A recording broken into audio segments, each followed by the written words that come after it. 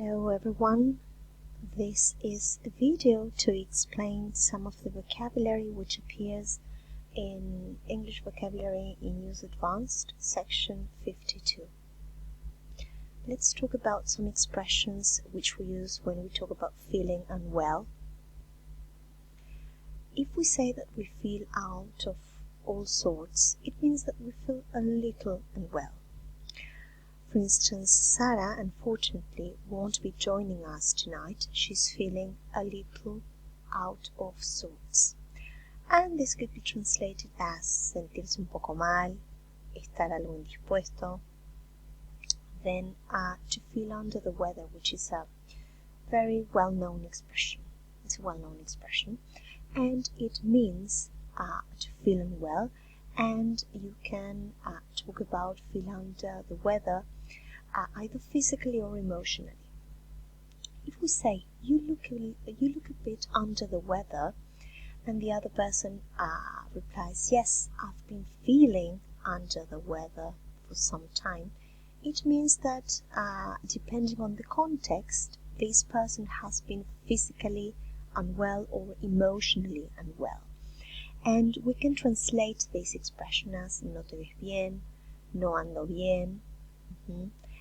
And then the verbs which co-locate with under the weather are look, be, and feel. When we say that somebody goes down with something, it means that you catch an illness, a disease, especially one that is not serious. 3 members of the band went down with flu.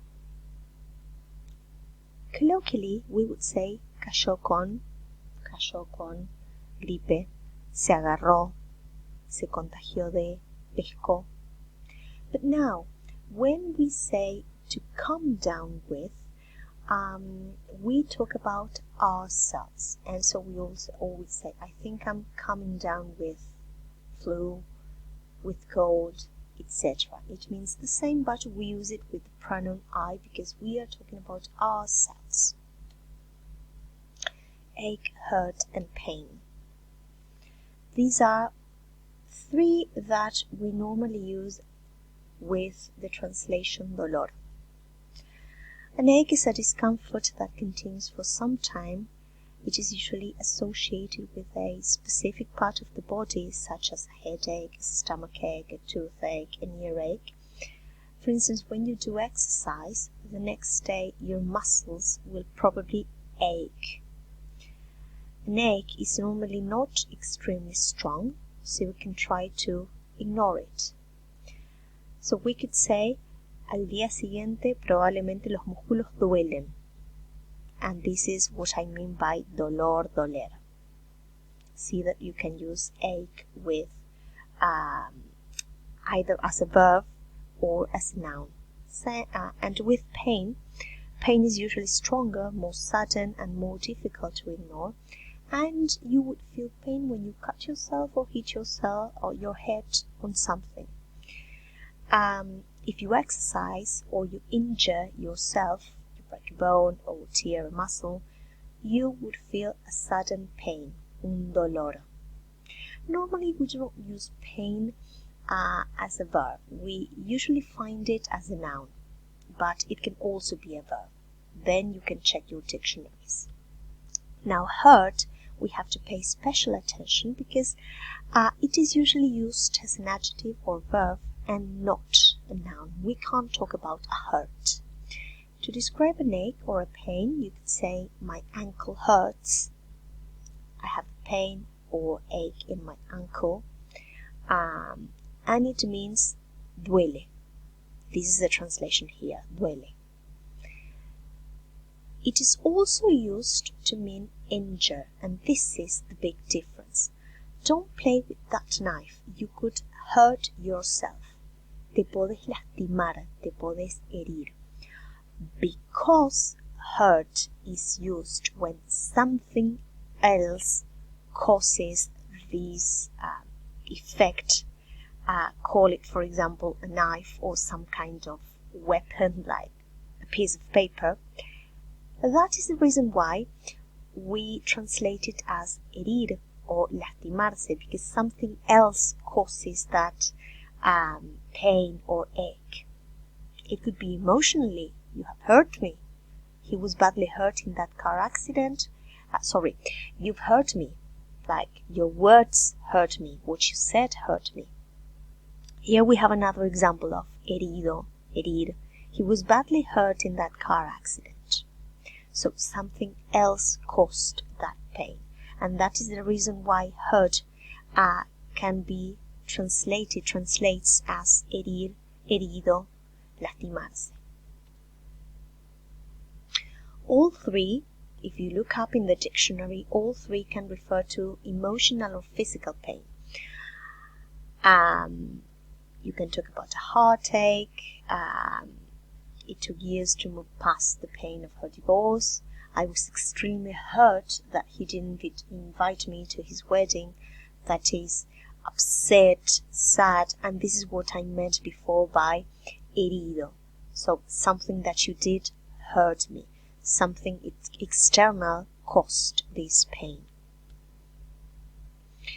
If we keep on talking about ache, then we have this expression which means a general way to refer to any minor pain that you usually feel in your body. And this normally we translate it as achaques.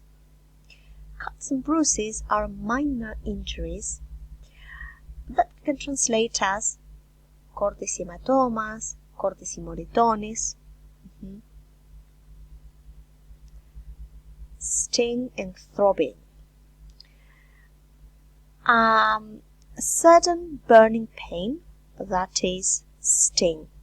Never put any essential oils near the eyes. They are very strong and could sting. Because we've got this element of burning, we translate sting as arder, ardor. Remember that we can have the adjective also, stinging, yes? Think of a bee. If a bee stings, it burns. If a part of your body throbs, you feel a series of painful beats. Think, for example, when you have these splitting headaches, like that, your head seems to beat over and over again. Well, this is throbbing, okay? We normally say me retumba la cabeza, me vibra, me late la cabeza, but think of this series of beats. Tremble and shiver, both can be translated as shake. You can tremble with anger, with fear, at the thought of something. This translates as temblar. Now shake, you shake because you are ill, you are cold, you're fearful or excited. And you can shiver with cold, with fever. But you can also shiver with excitement. And this is the reason why shiver can be translated as escalofrío, estremecimiento. If you give somebody the shivers, you mean that you make somebody feel fearful. We normally say poner la piel de gallina. We can translate shiver as temblar, tiritar, because we are cold, or estremecerse. So this is the big difference with shiver, between shiver and tremble. If we talk about getting better, so getting better. If you say you are back on your feet, or you need to get back on your feet, it means to be healthy again after a period of illness. We'll soon have you back on your feet again, said the nurse. So this is physically. But you can get back on your feet if you went through a rough time and you are kind of sort of recovering. New apartment will help you get back on your feet. Te vas a volver a poner de pie. This is quite literal. To be on the mend, this means to be getting better after an illness or some sort of injury. So again, this can be physically or more metaphorically. Have a look at the second example. There are signs that the economy is on the mend. Hay señales de que la economía va en camino, va por buen camino, va mejorando. So this has the ingredient of being on the process of. Well, thank you very much for watching, and of course you can get back to me if you have any questions. This is all for now, and goodbye. See you very soon.